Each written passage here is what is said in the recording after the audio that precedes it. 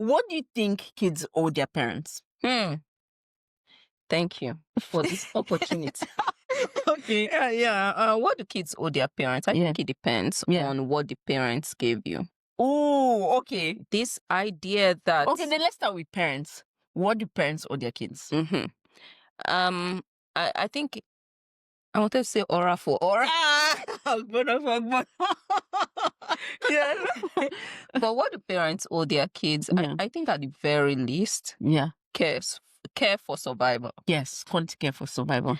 At least, yes, I agree. Keep me alive now, as you know. Yes, I did not choose to come here. Yeah, right. Like the basics: food, shelter, clothing. But we also know that life happens sometimes, and the fact that you have food, shelter, clothing today doesn't mean it's not guaranteed. All of us. One paycheck, we're all figuring it out. Wall Street can be down and everything is wiped out. Yes. We you don't had talk no control. You had no control. Yeah. Right? So life happens. But before life happens, at the time you're planning to bring me here, please plan for food, shelter, and the basics. Yes. So I think that's one thing parents owe. I think parents also owe their kids some sort of like discipline. What do you mean?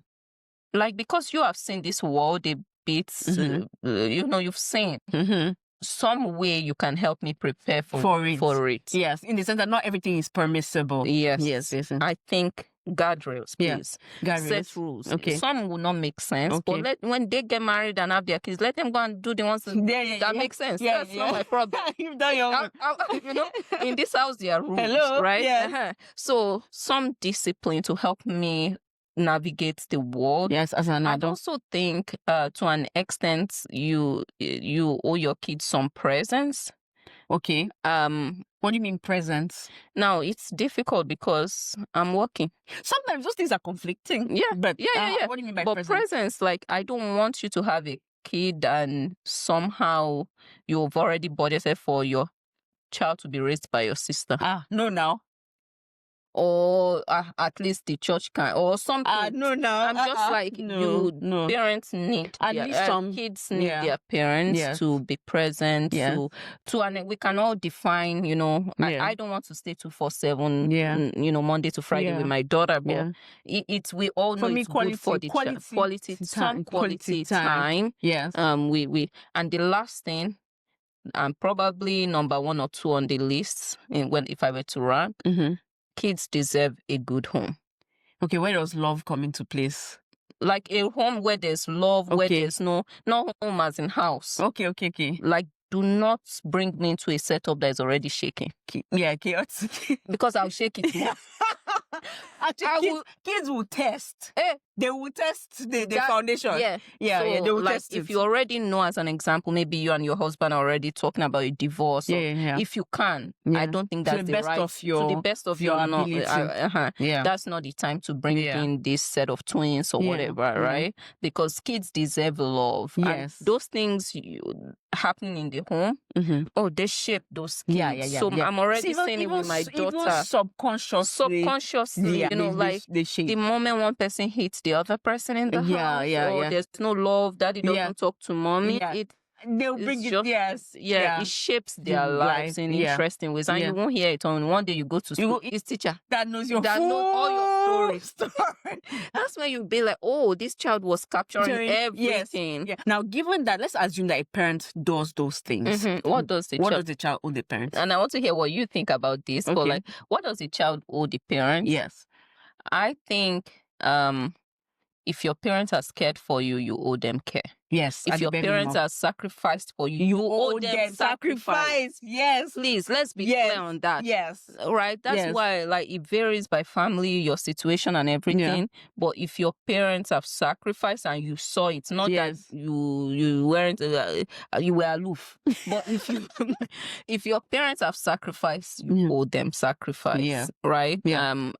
When we all say we want community, someone has to build that community. Yes. Someone has to put something on the line. Yeah. There's something on the line, right? Yeah. When your mother was, and again, there's a balance. Yes. Now, as a parent, don't come and tell me I left my job because of you. I didn't pursue my. That's true. But to some extent. To some extent. To some extent. Could have pursued a bit. Yeah. Let me see doings. Yeah. Even from you, mommy. Let me see some doings. Right? At the end of the day, let me see what's up. Not that because of you, I left college. Did you go back? Right? Yes. You know, when I was settled a bit, right? So and all this because of you. I was not involved. You didn't. I didn't tell you. You didn't ask for my opinion, and you didn't tell me before bringing me here. Yes. But all of that said, if your parents sacrificed reasonably, especially for the context in which you grew up, you saw that they did a little over. They made an effort. They made an effort over when all your friends or people in your I see some kids or some grown-ups now. You grew up in an environment that was so poor. But your mother, your father, somehow they put it on the line. They put it on the line. TV. Yes. They did everything for you to go to a private school. You owe them sacrifice. Yes. You owe them going out of your way to make their lives good. Easier. Right? So for me, do you owe them success? Your own success. Yeah, your own success. Yes. Because if you're not successful, how will you remember money? No, let's be. What were you used to remember? My mom usually told us that's when you made it that you remember. I'm secondary in your equation.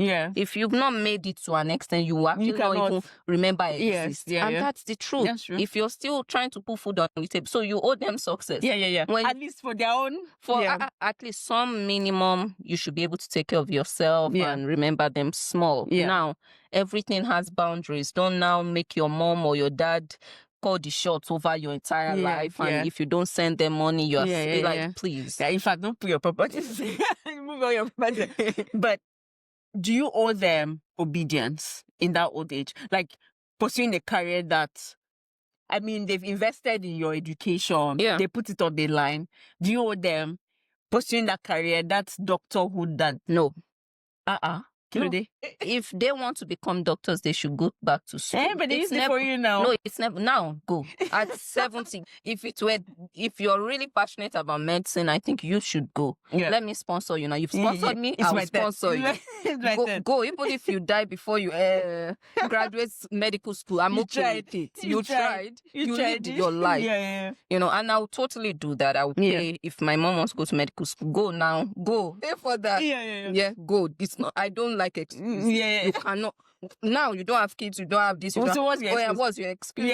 I'm even paying for you. I'll pay. Go. Just show accommodation. Up. You show up. Go and become a doctor.